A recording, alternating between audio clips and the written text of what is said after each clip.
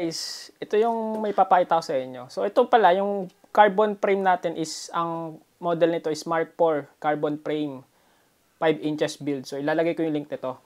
Pero yung topic natin guys is napalitan ko na siya ng sounds.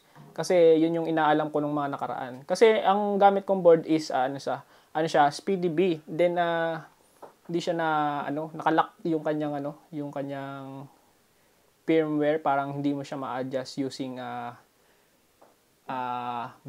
BH Heli suit configurator para sa pag-configure sa ESC. So hindi natin ma-adjust. So nalaman ko na, I find out na pwede pala mapapalitan pa rin pala siya. So papakita ko sa inyo or paparinig ko sa inyo yung sounds nito. Napalitan na natin. So lagyan ko ng battery.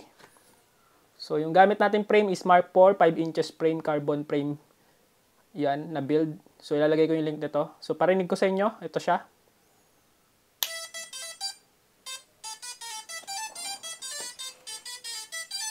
Yun. Napalitan na natin siya ng sounds or melody sounds. So hindi na siya yung default sounds niya. So napakaganda ng sounds na nilagay natin. Ang sounds na nilagay natin is yung Mario. So kagandahan doon, pwede mo din siyang palitan ng kung ano-ano, kung anong trip mo. So pwede, no?